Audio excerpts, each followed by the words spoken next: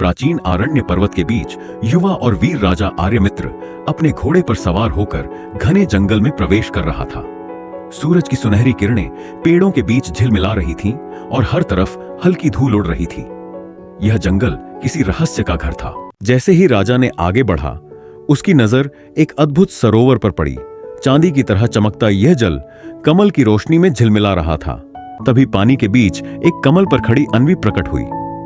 उसकी लंबी लहराती बाल, गहरी और उजली आंखें और उसके चारों ओर नर्म प्रकाश का आभास, जैसे उसे कोई देवता ही सजाया हो। आर्यमित्र सरोवर के किनारे खड़ा था और अन्वी उसकी ओर देखते हुए खड़ी थी। चांदनी में उनके चेहरे चमक रहे थे। अन्वी ने कहा, मुझे देवताओं का श्राप बंधा है और इसे केवल कोई निडर हृदय वाला ही तोड़ सकता है। राजा उसकी चिंता और दर्द को महसूस कर सकता था। उनके बीच हल्का सुनहरा प्रकाश फैला और वातावरण में नर्म सी गर्माहट घुल गई। यह पल दोनों के बीच पहली आकर्षण का संकेत था। तभी सरोवर के पानी में उथल पुथल हुई और विशाल जल असुर प्रकट हुआ। राजा ने अपनी तलवार तैयार की, क्योंकि यह असुर केवल बहादुर हृदय को ही चुनौती देता है। अन्वी डर और चिंता से चिल्लाई, आर्यमित्र वापस जाओ, ये असुर केवल बहादुरों पर हमला करता है। लेकिन राजा ने कदम पीछे नहीं हटाया। उसके दिल में अब सिर्फ अन्वी की सुरक्षा और साहस था। आर्यमित्र ने तलवार उठाई और जल असुर पर वार किया।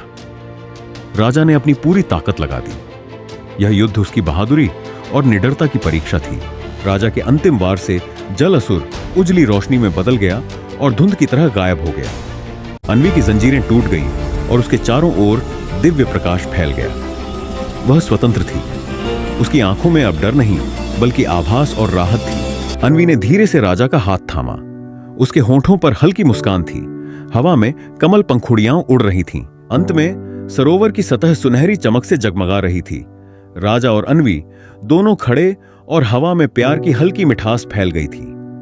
यह रात केवल उनकी जीत की नहीं, बल्कि उनके नए प्रारंभ की भी कहानी थी।